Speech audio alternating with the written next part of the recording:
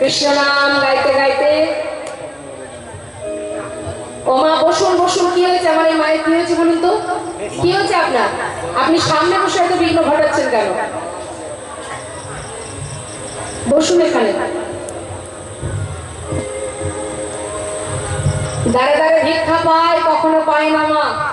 যেদিন পায় সেদিন সন্তানদের নিয়ে সুখেই দিন কেটে যায়, আর যেদিন পায় না মুখে কৃষ্ণ নাম গাইতে গাইতে সারা রাত অতিবাহিত করে। এইভাবে দেখতে দেখতে পিতৃ সম্পদ বলে যা ছিল পুরোটাই একটু একটু করে শেষ হয়ে গেল। দেখুন কেমন পরীক্ষা। মা যার নাম অহরহ জপ করছে তার কেমন পরীক্ষা। সমস্ত পিতৃ সম্পদ বলতে যা ছিল সব যখন শেষ হয়ে গেল, তখন তার স্ত্রীকে নিয়ে আর সন্তানদের নিয়ে সুদামা এসে দাঁড়ালো গাছতলাতে। গাছতলাতে দিন কাটে, ঝড় বৃষ্টি মাথার উপর দিয়ে বয়ে যায়। প্রতিদিন ভিক্ষা করে, কোনোদিন পায় কোনোদিন পায় না।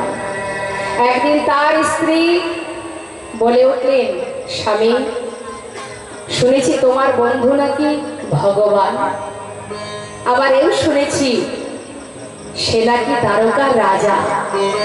স্বামী আমাদের কথা নাই বা ভাবলে, আমার কথা ভাবার দরকার নেই। সন্তানদের জন্য তো তার কাছ থেকে কিছু চেয়ে আনতে পারো।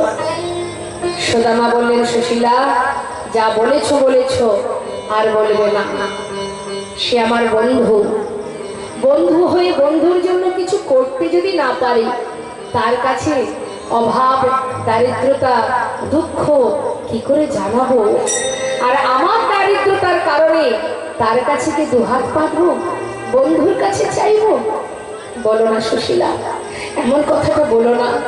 আমি যাকে বড় ভালোবাসি, যাকে আমি ভালোবাসি, আমি তার জন্য কিছু করতে পারছি না, আর তুমি বলছো তোমার দুঃখ মোচনের জন্য তার কাছে হাত পাততে পারবো না। সুশীলা দেখো, আমি প্রতিজ্ঞাবদ্ধ, আমি কোনোদিন আমি কানার কাছে কিচ্ছু চাইতে পারবো না। তুমি আমায় চাইতে বলো না সুশীলা। স্বামী বেশ, কিছুই চাইতে হবে না। একটা কথা বলবো তোমার, যার নাম মুখে তুমি উচ্চারণ করো, নিঃশ্বাসে প্রশ্বাসে জপ করো, আমার মনে হয় তুমি তাকে অনেক ভালোবাসো। এটা তুমি ঠিকই বলেছো স্বামী। যদি তুমি ভালোই বাসো, কতগুলো বছর চলে গেছে তুমি তাকে দেখোনি। আচ্ছা স্বামী, তোমাকে দেখতে মন চায়, কিন্তু উপায় কি বলো? আমি যে অসহায় কাঙাল, আমি কি আর সেখানে পৌঁছাতে পারবো? স্বামী যাকে তুমি এত ভালোবাসো, তুমি তার কাছে যেতে পারবে না? নিশ্চয়ই পারবে, আমার বিশ্বাস। যাও, তুমি তাকে একবার দেখে এসো, তাতে তোমার একটু হলেও শান্তি হবে। যাও স্বামী। সুশীলা তুমি তোমার মনের কথা বললে, কিন্তু কি করে যাব বলো? এতগুলো বছর পর যে আমি যাব।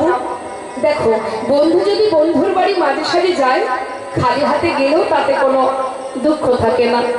এতগুলো বছর পর যখন বন্ধুর বাড়ি যাব, তার জন্য যদি কিছু নিয়ে যেতে না পারি, স্বামী আচ্ছা এই সমস্যা এটাও যদি আমি সমাধান করে দিই, সমাধান কি করে করবে সুশীলা?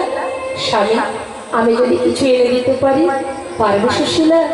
যদি কিছু এনে দিতে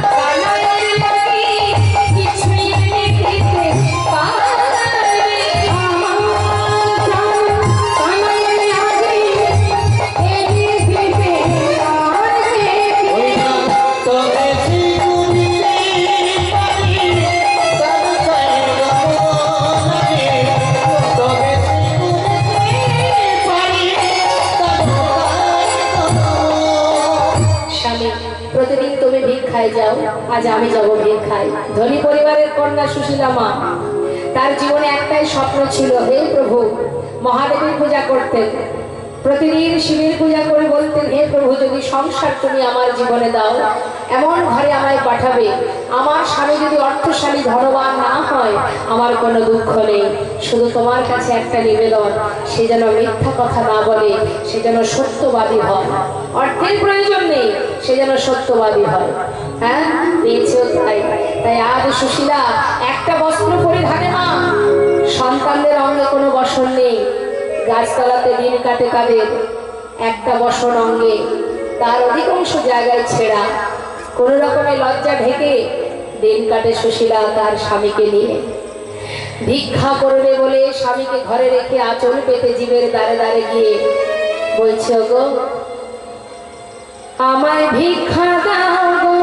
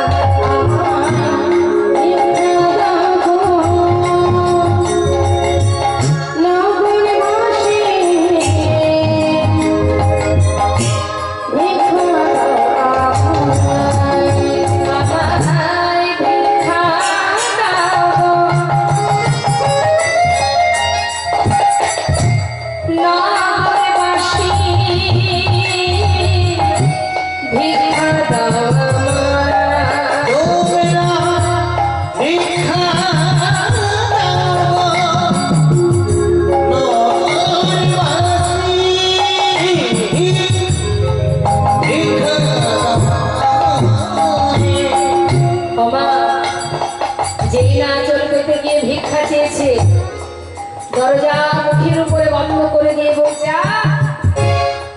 প্রতিদিন ভিখারি জ্বালায় কি গ্রাম ছেড়ে দিতে হবে? হ্যাঁ, এই যে দাঁড়ে দাঁড়ে ভিক্ষা করে দিয়ে কাটে, এই নাকি? যাও যাও, এখান থেকে যাও, আমরা অনেক কষ্ট করে রোজগার করি, ভিক্ষা দিতে পারবো না, অন্য বাড়ি যাও। আমরা অনেকে বাবা দেখবে ভিখারি এলে তাড়িয়ে দিই, আবার অনেক সময় অজুহাত দেখায়, কি হাত খালি নেই, চলে যাও।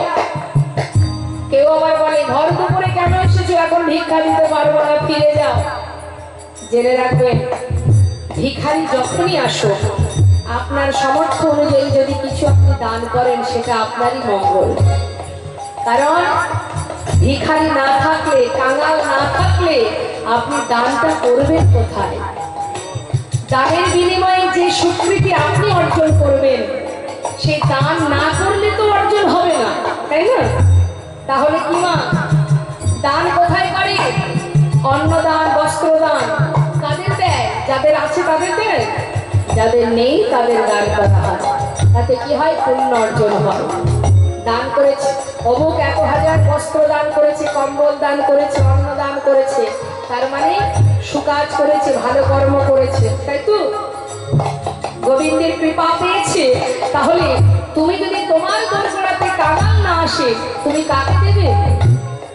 তোমার আছে, কিন্তু দেওয়ার জায়গাটা তো দরকার, না দিলে তো তুমি স্বীকৃতি লাভ করতে পারবে না। তাই ভিখারি যদি না থাকে, ভিক্ষা না দিলে আপনার তো পুণ্য হবে না। তাই দান কখনো ব্যর্থ হয় না, যেই আসুক দ্বারে তাকে কখনো ফিরিয়ে দেবেন না। মুখের উপরে দরজা বন্ধ করে বলছে, যাও যাও, অন্য বাড়ি যাও, এবারে ভিক্ষা হবে না, অন্য বাড়ি যাও। পাশের বাড়ি গিয়ে আবার ভিক্ষা চাইছি, আমায় ভিক্ষা দাও না বাসি, ভিক্ষা দাও।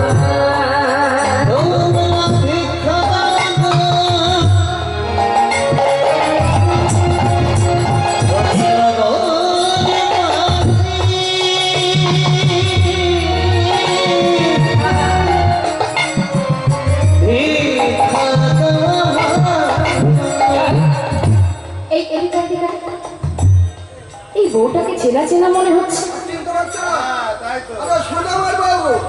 ও আচ্ছা, দেখেছো কাণ্ড, নিজে ভিক্ষা পায় না বলে নিজের বউটাকে পথে নামিয়ে দিয়েছে। এই যে যার স্বামী সত্যবাদী, তার ভিক্ষা করে খেতে হয় কেন? শোনো,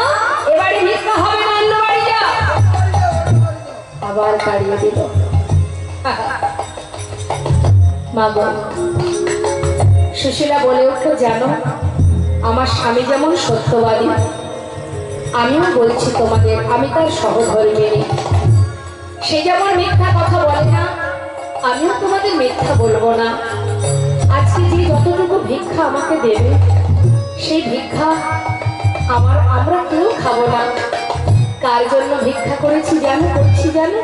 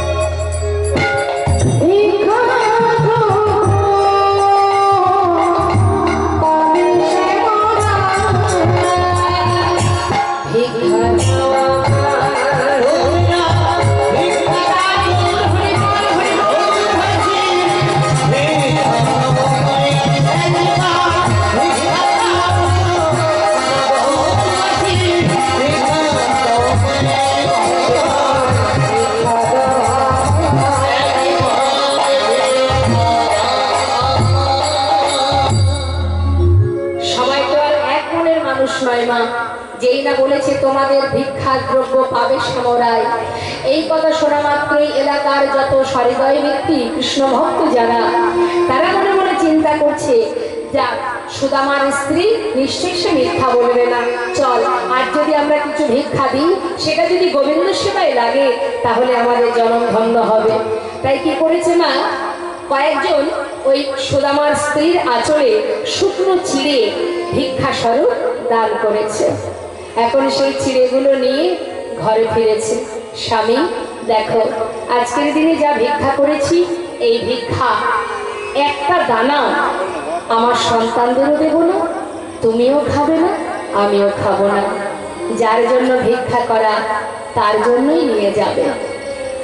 আহা, আজ আমরা যে গৃহ মাঝে হরি কথা শ্রবণ করছি মা, এই ছোট্ট ছোট্ট দুই ভাই, তারাও সারা জীবন ধরে, সারা বছর ধরে তারা যদি মনে করে তারা একটা এখানে অট্টালিকা তৈরি করতে পারে, কিন্তু তারা সারা বছরের উপার্জিত ধন যেটুকু যা অর্জন করে, তাদের মনে একটাই স্বপ্ন, প্রতি বৎসরের ন্যায় এই হরিবাসর যেন আমরা করতে পারি, হরিনাম কৃষ্ণ নাম দান করতে পারি।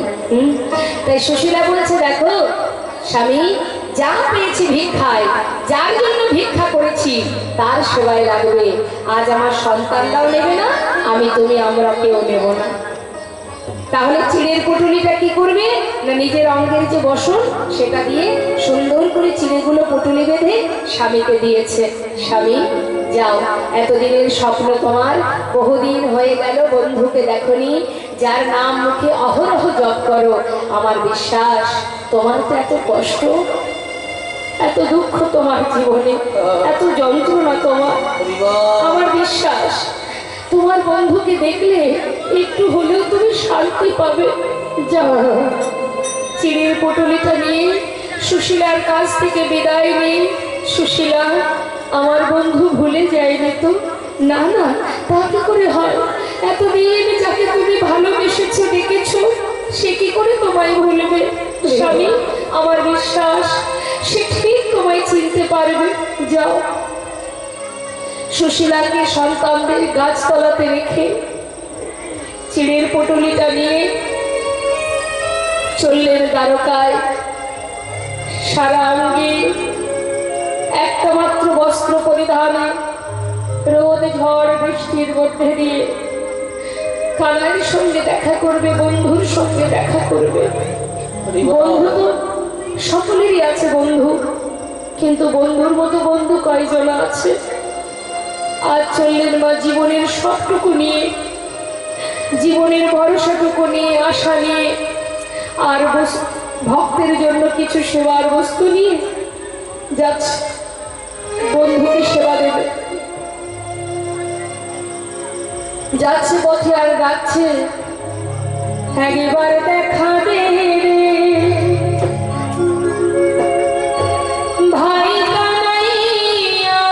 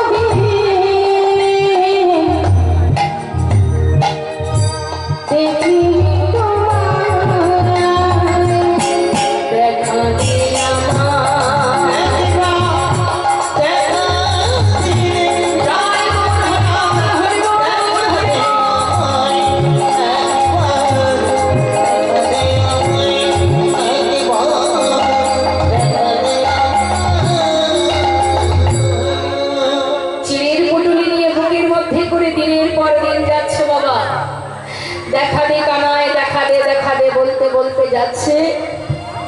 এদিকে দ্বারকায় বসে আছে ভগবান কৃষ্ণচন্দ্র, পাশে বসে আছে রুক্মিণী সত্যভামা।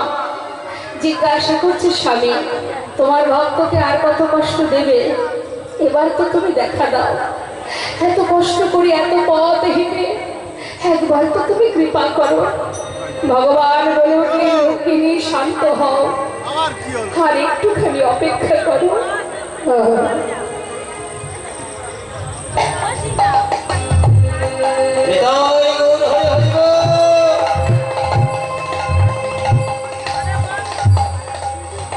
রুক্মিণী, এত পথ যখন আমার বন্ধু এসেছে,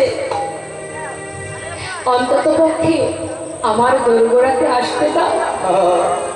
সে যদি মাঝপথ থেকে বেরিয়ে যায়, চলে যায়, জানো মন চাইলেও আমি যেতে পারবো না। সবকিছুর একটা সময় লাগে, সময় না হলে আমি যাব কি করে? সময় হোক। তাই রুক্মিণী শান্ত হও, আমার বন্ধু সে ঠিক আসবে। এদিকে সুদামা যাচ্ছে তোমার, সবাইকে ডেকে ডেকে পথের মাঝে, তোমরা বলতে পারো দ্বারকা কত দূর? তোমরা বলতে পারো দ্বারকা কত দূর? কোন পথে যাব? জিজ্ঞাসা করতে করতে যাচ্ছে, সবাই দেখিয়ে দিচ্ছে আর সেই পথ ধরে ধরে যাচ্ছে। এদিকে কি হলো মা, কিছুটা পথ যাবার পর ভাবছে, কানাই যদি আমার কথা মনে না রাখে, আমাকে যদি চিনতে না পারে, আমি এত কষ্ট করে আসবার পর সে যদি আমায় চিনতে না পারে, আমি সহ্য করবো কেমন করে? আমি সে দুঃখ কেমন করে সহ্য করব? আমি ফিরে যাই। আবার ভাবছে, না না, এসেছি যখন একবার তো যাই, একবার গিয়ে দেখি চিনতে পারে কিনা। ভাবতে ভাবতে দমনা ভাবতে ভাবতে এগিয়ে যাচ্ছে। দ্বারকাবাসীকে জিজ্ঞাসা করছে, তোমরা বলতে পারো দ্বারকা সেই প্রাসাদ কত দূর? সবাই বলছে এই পথে যাও। দূর থেকে সেই প্রাসাদ দর্শন করে মনে মনে ভাবছে, এত বড় রাজ্যের রাজা আমার বন্ধু, সে যে রাজা আর আমি কাঙাল ভিখারি, সারা গায়ে নোংরা দুর্গন্ধ। বড় আশা করি বুক বেঁধে এসেছি বন্ধুকে দেখবো বলে। এত বড় রাজ্যের যে রাজহালে থাকে, রাজভোগ সেবা করে, তার জন্য এনেছি আমি শুকনো চিড়ে। কি করে দেবো আমি তাকে? সে তো খেতে পারবে না। না না, আমি এই চিড়ে দিতে পারবো না, আমি দিতে পারবো না। শুকনো চিড়ের পটলিটা নিজের বসন অঞ্চলে লুকিয়ে রেখেছে মা। বসনের আড়ালে লুকিয়ে রেখে প্রাসাদের সামনে এসে উপস্থিত। সদর দরজার সামনে কত প্রহরী আছে। জিজ্ঞাসা করছি, দাঁড়ি, তাই দাঁড়ি, এখানে কি আমার বন্ধু কানাই আছে? दारीगण जिज्ञासा करछे कौन हो तुम, कहाँ से आए हो, नाम क्या है तुम्हारा? हमारा नाम है, तुम्हारा नाम क्या है? सुदामा। सुदामा है, हमारा नाम सुदामा। ওরে তোর একটু বার বল না, এখানে আমার বন্ধু আছে, देखो इधर कोई काना वाला नहीं है, हाँ? ये जो राजा है ना उसका नाम है कृष्ण। अरे জানিস দাদি, যেই কৃষ্ণ সেই কানাই আর সেই তোমার বন্ধু। আমাকে একবার ভিতরে যেতে দে, আমি ভিতরে যাব। দ্বারপাল তাকে ধাক্কা দিয়ে দূরে সরিয়ে দিচ্ছে। কানাল ভিখারি, সারা গায়ে নোংরা দুর্গন্ধ, পাগলের বেশ, সে কিনা আমাদের মহারাজের বন্ধু। ধাক্কা দিয়ে তাড়িয়ে দিচ্ছে মা। যতবার উঠছে ততবার তাকে তাড়িয়ে দিচ্ছে। মহাজন পাশে দাঁড়িয়ে বললেন, देखो देखो ये गरीबी, ये गरीबी का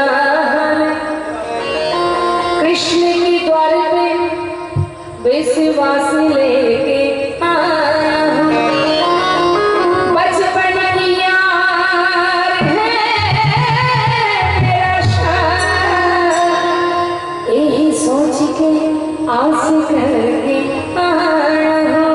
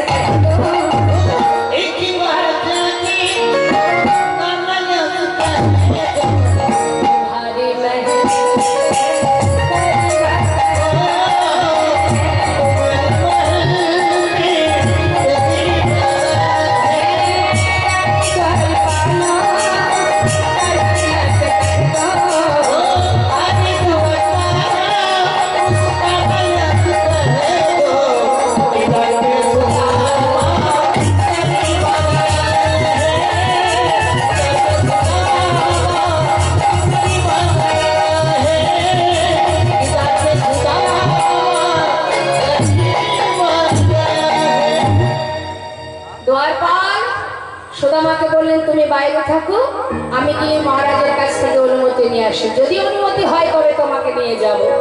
সুদামা বাইরে অপেক্ষায় আছে মা। হ্যাঁ, অধীর আগ্রহে এক দৃষ্টিতে চেয়ে আছে কানাইয়ের সঙ্গে দেখা করবে। আর কানাইকে জানে না যে তারে বন্ধু এসে দাঁড়িয়ে আছে, সবই তিনি জানেন। শুধু অপেক্ষা কতক্ষণে দুয়ার পালে সে আমার কাছে খবরটা দেবে। তাড়াতাড়ি করে স্নান করে শুদ্ধ বস্ত্র পরিধান করে সিংহাসনে বসে আছে।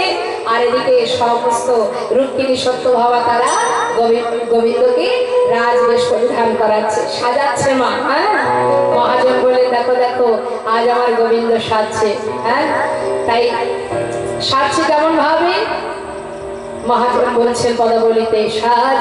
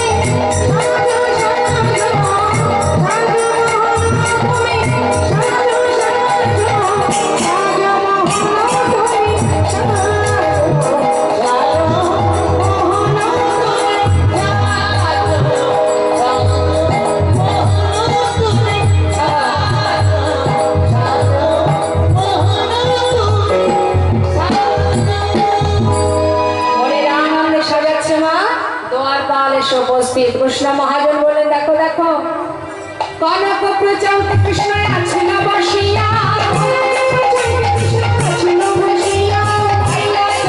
দেখো সুদামা শুনিয়া ভাইয়া চলিল সুদামা শুনিয়া চলিল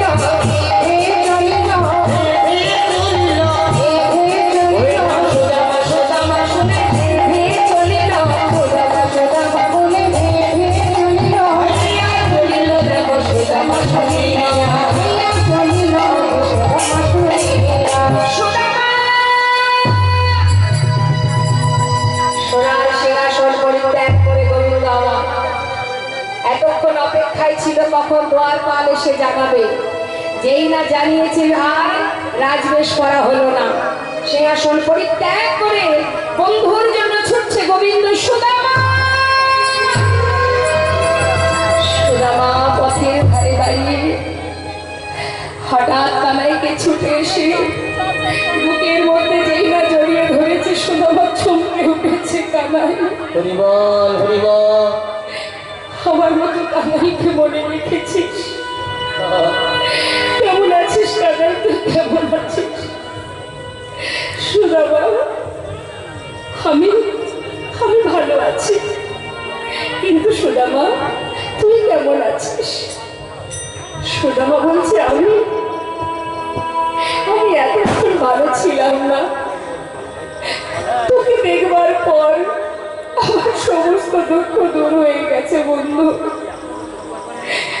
আমাকে ছেড়ে দে, দেখছিস না সারা গায়ে কত নোংরা লেগে আছে। ছেড়ে দে, ছেড়ে দে বলছি। আমার কেন ছাড়বো? তুই না রাজা, তোর সর্ব অঙ্গে রাজবেশ পরিধান। আমার অঙ্গের এই নোংরা দুর্গন্ধ তোর গায়ে লেগে যাবে। আমাকে ছেড়ে দে। দেখ, তুই যে এসেছিস আমাকে ভালোবেসে, আমাকে দেখবার জন্য। আর এটাই কি বন্ধুত্ব? বন্ধুর অঙ্গে যদি নোংরা লেগেও থাকে, আমি তো তোর বন্ধু। বন্ধু হয়ে বন্ধুর সমস্ত দুঃখকে সমানভাবে ভাগ করে নেওয়াই তো বন্ধুত্ব। তোর গায়ে একটু ধুলো, একটু কাদা লেগে আছে, এর জন্য সমস্যা কিসের? আয় আয় আমার সঙ্গে, চল তোকে ভিতরে নিয়ে যাই। না না, আমি যাব না কানাই। কেন জানিস? ভিতরে কত রাজরানী আছে, আমি সেখানে গিয়ে দাঁড়াবো কি করে বল? আরে চেয়ে দেখ, ওই দেখ, সমস্ত রাজরানীরা বরণ ডালা হাতে নিয়ে তোর অপেক্ষায় আছে। তুই যাবি, তোকে বরণ করবে। চল সুদামা। জোর করে সুদামাকে ভিতরে নিয়ে গেল।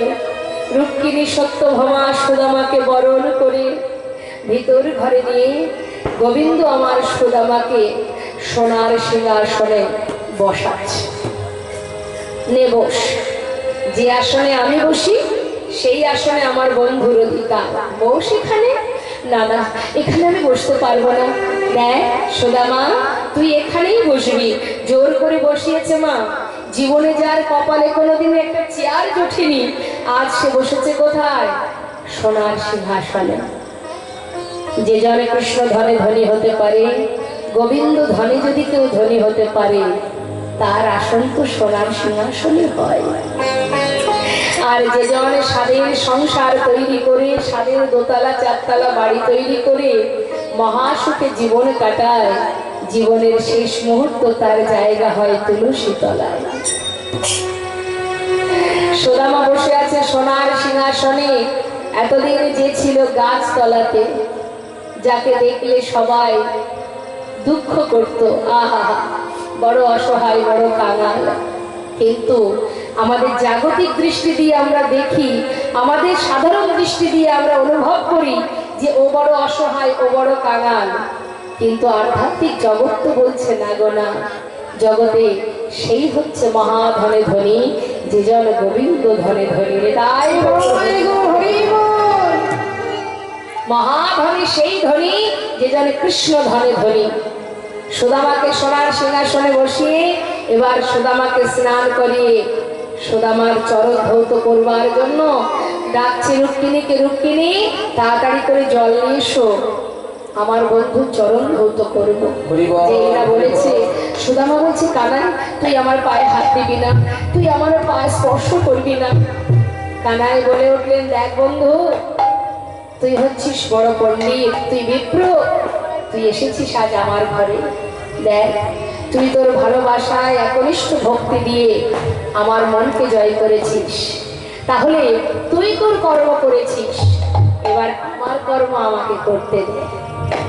এবার আমার কর্ম আমাকে করতে দে, আমার কাজে বাধা দিস না। চরণ দুটির তলে সোনার থালা পেতে দিয়ে সোনার থালাতে সুদামা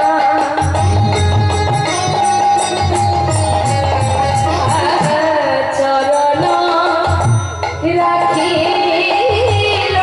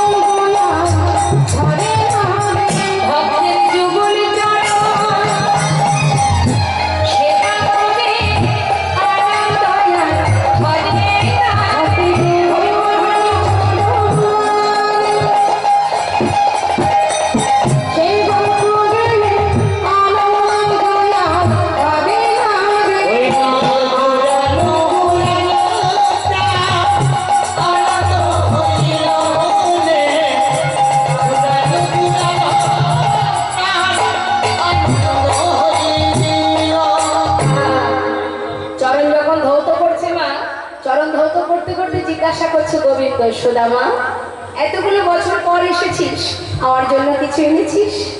সুদামা কিন্তু চিড়ের পুটুলিটা লুকিয়ে রেখেছে। জানিস কানা, আমি বড় অসহায়, বড় কাঙাল। কিছু আনবো হাজার চেষ্টা করেছি, কিন্তু কিছু আনতে পারিনি। গোবিন্দ মনে মনে ভাবছে, সুদামা তুই আমার জন্য চিড়ে এনেছিস, আবার তুই আমাকে মিথ্যা বললি, আবার মিথ্যা বললি। মনে মনে ভাবছে। সুদামা, তুই হয়তো ভাবছিস আমি রাজভোগ সেবা করি, তোর আনা শুকনো চিড়ে খাবো কেমন করে? তুই কি জানিস না আমি বিদুরের ঘরে সাকর্ম সেবা করেছি, সবরই রেঠো ফুল আমি খেয়েছি, আর তুই ভালোবেসে ভক্তি ভরে আমার জন্য যা এনেছিস আমি খাবো না? তুই কি জানিস না ভক্ত ভালোবেসে যা দেয় সেটাই যে আমার কাছে অমৃত। বেশ, তুই যখন দিলি না, আমি সময় মতো ঠিক খেয়ে নেব। কি করেছে গোবিন্দ মা? সুদামাকে স্নান করিয়ে সেবা দিয়ে সুদামাকে যখন শয়ন মন্দিরে শয়নে দিয়েছে, ক্লান্ত শরীর একটু শুয়ে থাকতে থাকতে ঘুম এসে গেছে। ঠিক দেখতে দেখতে মধ্যরাত, সবাই রাত, সবাই ঘুমিয়ে আছে, নির্জন পরিবেশ। গোবিন্দ নিজের মন্দির ত্যাগ করে এক পা দু পা করে সুদামার মন্দিরে প্রবেশ করেছে। সুদামা যে শয্যায় শুয়ে আছে, ধীরে ধীরে শয়ন মন্দিরে ওই সুদামার চরণের পাশে গিয়ে গোবিন্দ বসেছে। আহা, ভক্তাধীন ভগবান বলে উঠলেন, সুদামা, ভক্ত আমার মাতা, ভক্ত আমার পিতা, ভক্ত আমার গুরু। ওরে, তুই কি জানিস না আমি ভক্ত চরণের দাস? একে তুই আমার প্রিয় বন্ধু, তাতে তুই আমার পরম ভক্ত। চরণ তলে বসে চরণ সেবা করছো মা, কেন? যাতে বন্ধু ভালোক্ষণ ঘুমায়, একটু ভালো করে ঘুমায়, না জানি পায়ে কত ব্যথা হয়েছে। তা যখন চরণে হাত দিয়ে চরণ সেবা করছে, চরণ সেবা করতে করতে দেখছি চরণ তলে কত কাঁটা ফুটে আছে। মনে মনে ভাবছি, সুদামা এত পথ হেঁটে এসেছিস, চরণ তলে কত কাঁটা ফুটে আছে, সেদিকে তোর এতটুকু খেয়াল নেই। কতক্ষণে আমার কাছে আসবি? কেমন ভালোবাসা! নিজের কথা একটি বারো ভাবিসনি। এত কাঁটা ফুটে আছে চরণ তলে, কি করে আমি এই কাঁটাগুলোকে উদ্ধার করবো? চরণের পাশে বসে একটা একটা করে কাঁটা পরিষ্কার করছি। কাঁটা পরিষ্কার করতে করতে একটা কাঁটা বেশ ভিতরে ঢুকে গেছে, কিছুতেই সেটাকে হাত দিয়ে বের করতে পারছে না। আবার চিন্তা করছি সুদামার যাতে ঘুমটা ভেঙে না যায়, সেদিকেও লক্ষ্য রাখতে হবে। ধীরে ধীরে চরণ তলে নিজের বদনটা রেখে সেই কাঁটাটি নিজের দাঁত দিয়ে কাঁটাটাকে ধরে জোর করে যেই না টেনে বের করেছে, সুদামার চমকে উঠেছে। লোকানো ছিল চিড়ের পুটুলি, বস্ত্রের তলায় ছিল লোকানো সেই চিড়ের পুটুলিটা, যেই না নিচে পড়ে গেছে। গোবিন্দ বলছে, সুদামা এর মধ্যে কি আছে? সুদামা বলছে, কানাই তুই ওটাকে ধরবি না, ওটা তুই ছুবি না, ছেড়ে দে, ওটা তুই খেতে পারবি না। খেতে পারবো না মানে? নিশ্চয় কিছু এনেছিলি, আবার আমাকে দিলি না। হ্যাঁ, দেখি তো কি আছে। পুটুলিটা খুলে দেখছে, তার মধ্যে চিড়ে। ও, চিড়ে এনেছিস, ঠিক করেছিস।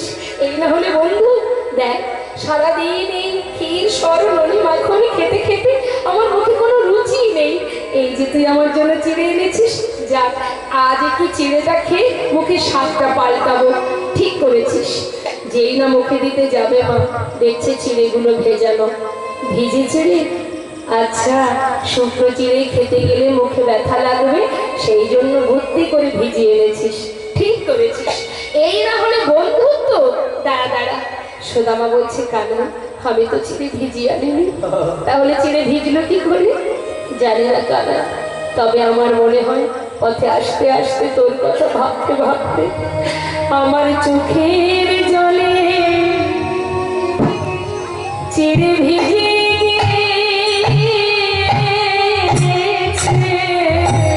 আমার চোখে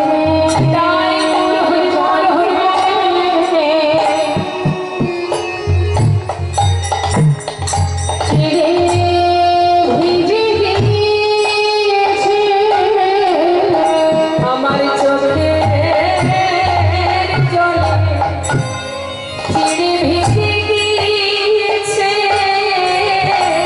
আমার চোখের জলে চিড়ে ভিজে গিয়েছে। আমি কেমন করে দেখবো বদনে আমার চোখের জলে চিড়ে ভিজে গিয়েছে। আমি কেমন করে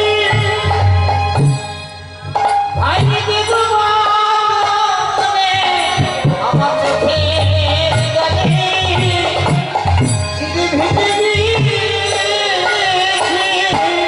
ভগবান বলেছে সুদামারে, এই জগতে সবাই আমাকে ধীর স্বরণে সেবা দেয়, কিন্তু আমার চোখের জলে ভিজানো চিড়ে কেউ দেয় না। ওরে বাবা, আজ আমি তোর সামনে দাঁড়িয়ে প্রতিজ্ঞা করলাম, যে চিড়ে দিতে তুই আমায় দ্বিধা করলি, আগত কলিযুগে আমি নদীটায় গিয়ে গৌর হব। যদি কোনো কাঙাল বা কাঙালি, যদি কোনো রাজা কোনো মন্ত্রী আমায় যদি সেবা দিতে চায়, প্রতি জীবের দ্বারে দ্বারে ভিক্ষা করে যদি মাটির মালসাই করে আমার চিড়ে ভোগ দেয়, আমি গৌর হয়ে সেই ভোগই গ্রহণ করব। এই আমি তোর সামনে দাঁড়িয়ে প্রতিজ্ঞা করলাম, কথা দিলাম, যে চিড়ে দিতে তুই দ্বিধা করলি, কলিযুগে সে রাজাই হোক আর দরিদ্রই হোক, দাঁড়ে দাঁড়ে ভিক্ষা করে মাটির মালসাই করে যদি চিড়ে ভোগ না দেয়, আমি সেবা করব না।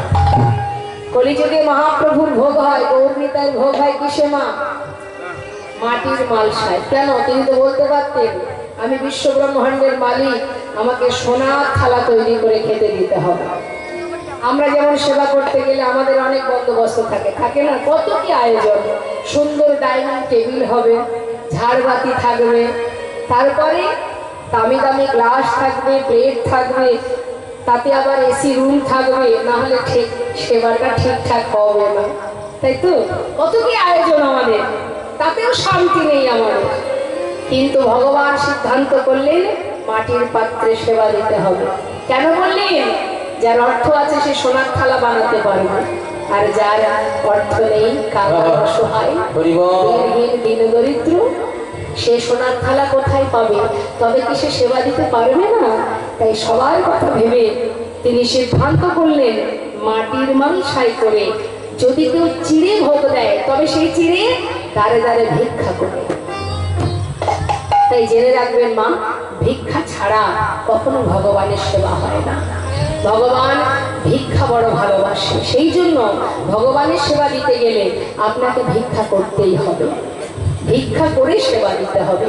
সবার ভিক্ষা দ্বারাই ভগবানের সেবা। তাই গৌর হরিবোল হরিবোল। তাই সুদামাকে কথা দেবার পর সেই চিরে সেবা করলেন। রুক্মিণী সত্যভামা সবাই সেবা হলো। কিছুদিন পর বিশ্রাম করবার পর হঠাৎ একদিন গোবিন্দ বললেন রুক্মিণীকে, রুক্মিণী তুমি তো স্বয়ং লক্ষ্মী, আমার বন্ধু কোনোদিন আমার কাছে কিছু চাইবে না, প্রতিজ্ঞা করেছিল সে। আর আমি বন্ধু হয়ে ও যদি কিছু না চায় আমি ওকে যেচে সেচে দিতে পারবো না। তাতে কি হয়? বন্ধু হয়ে বন্ধুত্বকে ছোট করা হয়।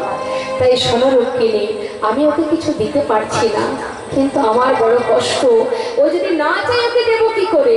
তাই তুমি তো লক্ষ্মী আমার, যাও না আমার বন্ধু দারিদ্রতা দূর করে দাও, ওর যত কষ্ট আছে সর্বস্ব দূরীভূত করে ওকে মহা সুখে সুখী করো। রুক্মিণী বললেন, বেশ, যদি অনুমতি হয় আমি অবশ্যই পারবো। বিশ্বকর্মাকে স্মরণ করে বিশাল প্রাসাদ বানিয়ে দিল। সমস্ত সুখ ভরিয়ে দিল মা। সুদামা কিন্তু কিছুই জানে না। কিছুদিন পর বললেন, বন্ধু এবার আমাকে যেতে হবে, ঘরে সন্তান আছে, স্ত্রী আছে। যা যা সুদামা, আবার আসিস, তবে যাওয়ার আগে কিছু চাইবি নাকি বলবি আমার? সুদামা শুধু একটা কথাই বললেন, কানাই রে, আর কিছু চাই না তোর কাছে।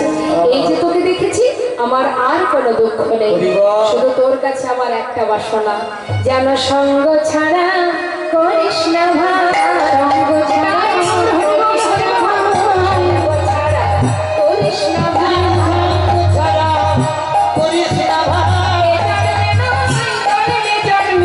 সঙ্গ ছাড়া করিস না ভাই।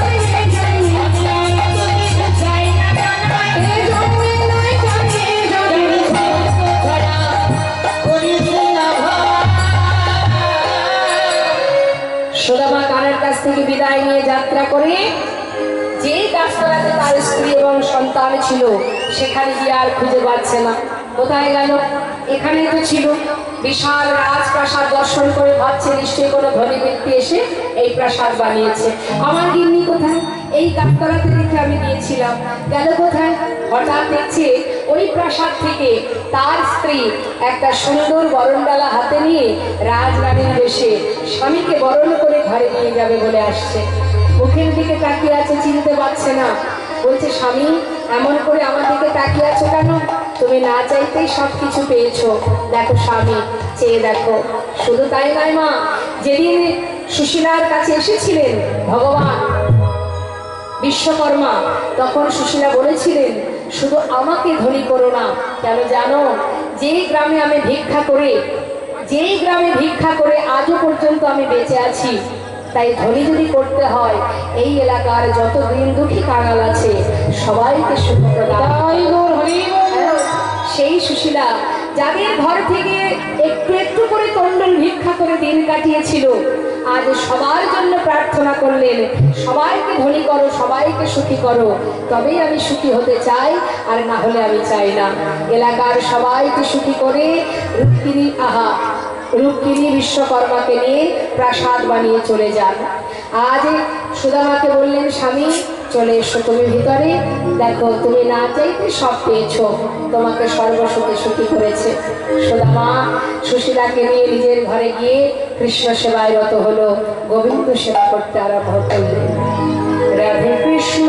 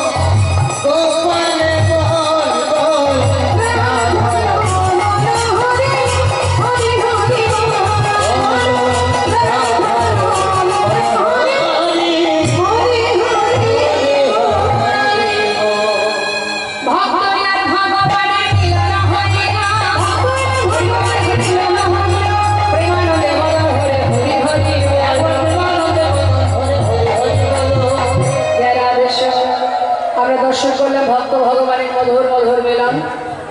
আমরা নিতাই করে জয়ধ্বনি করবো, তার আগে আমরা একটা ভজন গাইব ভক্তের অনুরোধে।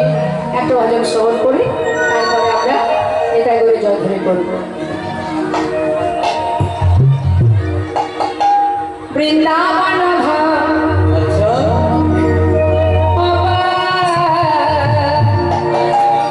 जपे जा राधे राधे राधे राधे